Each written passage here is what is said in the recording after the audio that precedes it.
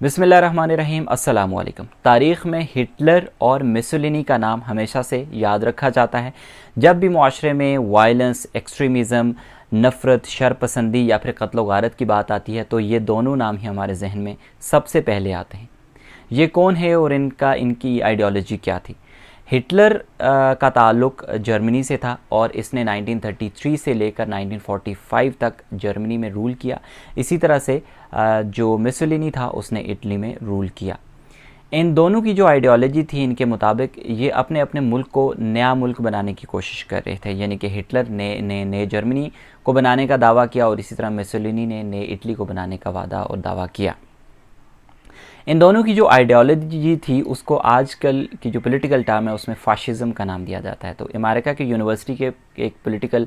Economy کے professor ہیں، انہوں نے فاشزم کو اس طرح سے ڈیفائن کیا۔ وہ کہتے ہیں کہ فاشزم معاشرے میں ایک ایسی سیاسی تقسیم ہے جو کہ معاشرے کو دو گروپس میں تبدیل کرتی ہے، یعنی کہ اس اور وی، اس اور دم۔ اور اس اور دم میں سے ایک گروپ ایسا ہے جو کہ معاشرے میں ظلم، انتہا پسندی، کرپشن اور اس طرح کی برائیوں کو جنم دے رہا ہے اور معاشرے کے لیے ہمیشہ سے زہر قاتل ثابت ہوا ہے، جبکہ جو اس ہے وہ ایک ایسے مسیحا کی شکل میں معاشرے میں سامنے آ رہا ہے جس کے پاس ہر مسئلے کا، ہر مشکل کا، ہر اکنامک پرابلم کا حل بھی ہے اور معاشرے کے لیے ایک مسیحا کے طور پر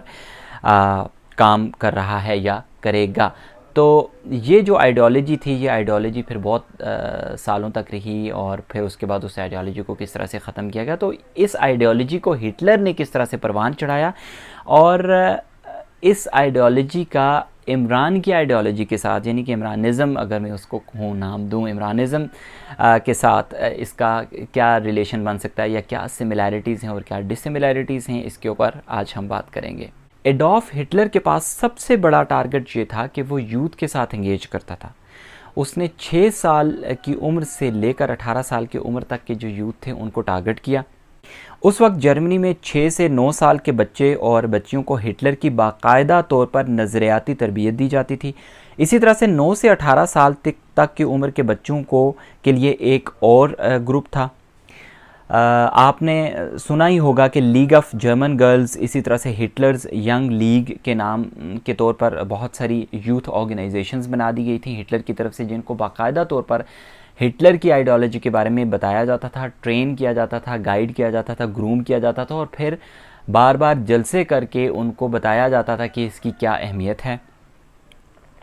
80% یوتھ کو مختلف بیانیوں اور زاویوں سے حقائق کو توڑ موڑ کر گمراہ کن طریقے سے ہٹلر کا ساتھی بنایا جاتا تھا۔ اس میں والدین بھی شامل تھے، اساتذہ بھی شامل تھے، یونیورسٹی کے ٹیچرز، پروفیسرز، اس کے علاوہ اس وقت کی جو جوڈیشری تھی اور اس سے بڑھ کر اس وقت کا جو کنٹرولڈ میڈیا تھا وہ ان ساری چیزوں کو دیکھ رہا تھا۔ تو نازی کی جو رائے ہے یا جو میسولینی کے جو بیانیے کو فالو کرنے والے جو اس وقت کے لوگ تھے، ان کا اگر دیکھا جائے تو یوتھ پروفائل سب سے زیادہ تھا، یعنی کہ ینگ لوگ اس میں زیادہ نظر آتے تھے۔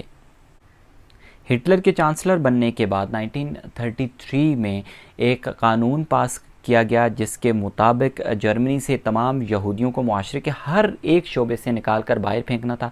ہٹلر اور اس کی فوج نے یہودیوں کو بے دردی سے قتل کیا کیونکہ ہٹلر کا ماننا تھا کہ یہودی جرمنی کے لیے ایک بہت بڑا خطرہ ہیں۔ ہٹلر کی آئیڈیالوجی کے اوپر ایک مختصر بات کرنے کے بعد اب ہم آتے ہیں عمران کی جو پالیسیز ہیں اور ان کی کیا سملیرٹی ہے ہٹلر کی پالیسیز کے ساتھ۔ اور آج کل بہت زیادہ جو ایک سوشل میڈیا کے اوپر یا پھر مین سٹریم میڈیا کے اوپر ہم ایک ٹرم سن رہے ہیں بار بار، فاشزم، اور ہم بار بار سن رہے ہیں کہ عمران ایک فاشسٹ ہے اور کس طرح سے اس کی پالیسیز ایک فاشسٹ پالیسیز کے طور پر سامنے آ رہی ہیں۔ تو کیا اس میں کتنی صداقت ہے اور کیوں لوگ اس کو بار بار اس ٹرمینالوجی کو عمران کے ساتھ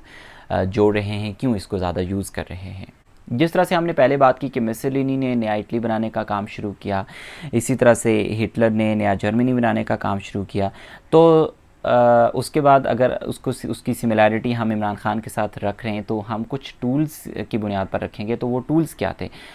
ان دونوں لوگوں نے سب سے پہلے یوتھ کو ٹارگٹ کیا اور یوتھ کے نام پہ ایک پورا بیانیہ بنایا اور اس پورے بیانیے کے اوپر پورے جرمنی میں اور اٹلی میں سیاست ہوئی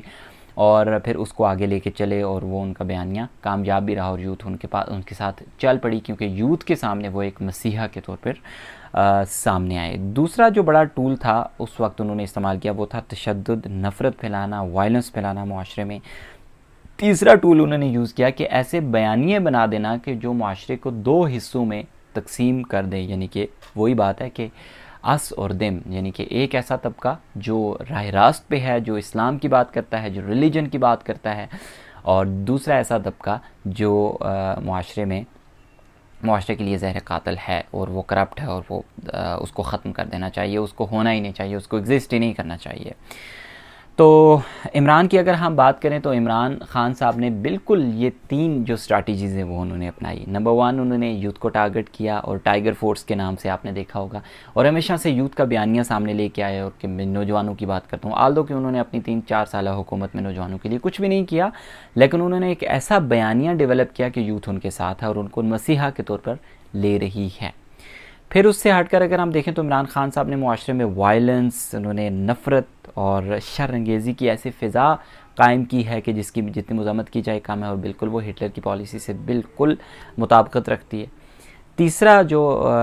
انہوں نے کہا، انہوں نے عمران خان صاحب نے سوسائٹی کو دو ایسے طبقات میں بانٹ دیا ہے کہ جو شاید اب اسے جڑنے میں سالیں نہیں بلکہ کئی دہائیاں لگ سکتی ہیں۔ تو ایسی سچویشن میں جب ملک میں آلریڈی ایک ٹینشن والا ماحول ہو تو آپ یوتھ کے سامنے ایک گمراہ کن حقائق سے پرے نظریات یوتھ کے سامنے رکھیں اور کوئی متبادل زاویہ بھی ان کے سامنے نہ رکھیں، تو پھر آنے والے دنوں میں ایک بدترین معاشرے کی مثال ہمیں ملے گی آف کورس۔ تو اگر اس وقت دیکھا جائے تو ملک پاکستان میں یوتھ کے اپنے بہت سارے مسائل ہیں، جس میں بے روزگاری ہے، اس کے علاوہ ایک سوشل میڈیا کا جو بوم ہے جس میں ہم ڈیجیٹل میڈیا کی بات کرتے ہیں، تو وہ آلریڈی ایک کنفیوژن کا شکار ہیں، ان کے اپنے بہت سارے مسائل ہیں، ڈیجیٹل ایج میں ان کے لیے چیلنجز ہیں، نفسیاتی مسائل ہیں یوتھ کے، ان کو کاؤنسلنگ کی بہت شدید ضرورت ہے، گرومنگ کی ضرورت ہے۔ تو ایسے حالات میں ان کو اس طرح کی باتوں اور اس طرح کی بیانیوں میں الجھانے کا مطلب یہ ہے کہ آپ پوری نسل کو تباہ کر رہے ہیں، کیونکہ یوتھ کا جو مائنڈ ہے وہ ایک ریسیپٹیو مائنڈ ہے، بالکل فریش مائنڈ ہے، اور اس مائنڈ میں آپ جس طرح کی آئیڈیالوجی ڈالیں گے وہ اس آئیڈیالوجی کو اڈاپٹ کرنے کی کوشش کریں گے اور بہت جلدی امپریس بھی ہو جائیں گے، کیونکہ وہ تاریخ اور حقائق سے بالکل نابلد ہیں۔ حقائق پر گرفت ہماری یوتھ کی بالکل بھی نہیں ہے انفارچونیٹلی، اور اس میں ان کا کوئی قصور نہیں ہے، کیونکہ ایک تو ملک میں نصاب اس طرح کا پرووائڈ کیا جاتا رہا ہے 1947 کے بعد، اور دوسرا ماحول اس قسم کا ہے، اور پھر تجربات کی کمی ہے آف کورس۔ تو ایسے میں اگر آپ اپنی ذاتی انا اور ضد کی تسکین کے لیے نوجوانوں کو ایک گمراہ کن بیانیے اور ایجنڈے پر یا پروپیگنڈے زد میں لا کر خود تالیاں بجائیں گے، تو پھر آپ ایک گناونے جرم کا موجب بن رہے ہیں، یا پھر اس میں ڈائریکٹلی یا انڈائریکٹلی حصہ ڈال رہے ہیں۔ اور اس کی مثال آپ نے ریسنٹلی دیکھی ہوگی کہ جب عمران خان جلسے سے خطاب کر رہے تھے جی سی یونیورسٹی میں، جو انہوں نے باتیں کی ہیں یوتھ کے سامنے جا کر، تو وہ بالکل یہی باتیں تھیں کہ یوتھ کو پرووک کیا جا رہا تھا، ان کے سامنے ایک ایسے بیانیے، ایک ایسے ایجنڈے کو رکھا جا رہا تھا کہ جہاں پہ یوتھ جو ہے وہ اس کو فالو کرنے کے بغیر اس کے پاس کوئی چارہ کار نہیں تھا، کیونکہ ہمارے یوتھ ہسٹری سے نابلد ہیں تو وہ بہت جلدی امپریس بھی ہو جاتے ہیں۔ تو کیونکہ آج کل ڈیجیٹل میڈیا کا دور ہے تو انفارمیشن کا اتنا زیادہ فلو ہے کہ یوتھ بھی ڈیسائیڈ کرنے میں شاید اتنی ایزی نہیں ہے کہ وہ بہت جلدی ڈیسائیڈ کر سکے کہ کون سا صحیح ہے اور کیا غلط ہو رہا ہے ہماری سوسائٹی میں۔ تو یہ سارا انالیسز آپ کے سامنے رکھنے کا مقصد صرف اور صرف یہ تھا کہ عمران خان صاحب کی جو پالیسیز ہیں وہ ایک فاشسٹ پالیسیز ہی نظر آتی ہیں بظاہر ہمیں یہ، اور ہم سب دعا گو ہیں کہ ہمارے معاشرے میں، ہماری سوسائٹی میں اور ہماری اکانومی میں ایک اسٹیبلٹی آئے اور ہم دوبارہ سے اپنے صحیح راستے پر اور صحیح معنوں میں ترقی کے راستے پر گامزن ہو سکے۔ اللہ ہم سب کا حامی و ناصر ہو۔